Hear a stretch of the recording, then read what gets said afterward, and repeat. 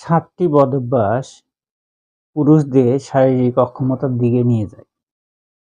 আপনি কি এই ৭টির বাইরে আছেন? জানতে হলে সম্পূর্ণ ভিডিওটা দেখুন। ১ নাম্বার বদভ্যাস দুশ্চিন্তা ও হতাশা। ২ নাম্বার ধূমপান, মদপান।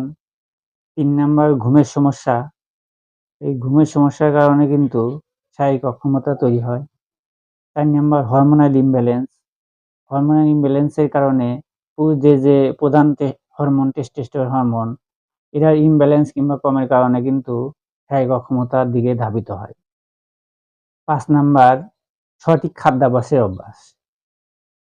সঠিক সঠিক পুষ্টিকর খাবার, নিয়মিত খাবার যদি না খায় তাহলে কিন্তু এই হরমোনাল ইমব্যালেন্স তৈরি হয়। পরবর্তীতে দেখা যায় শারীরিক অক্ষমতা তৈরি হয়। ৬ নাম্বার অতিরিক্ত কাজের চাপ।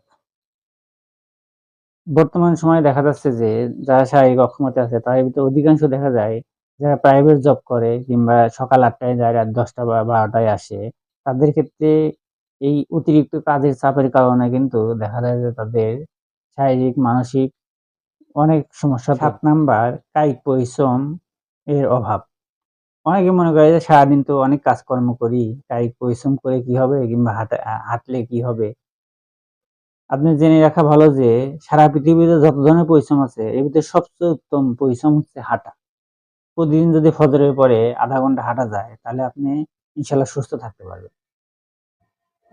এই ৭টা সমস্যা যদি অ্যাভয়েড করা যায় তাহলে কিন্তু শারীরিক সক্ষমতা বৃদ্ধি পাবে।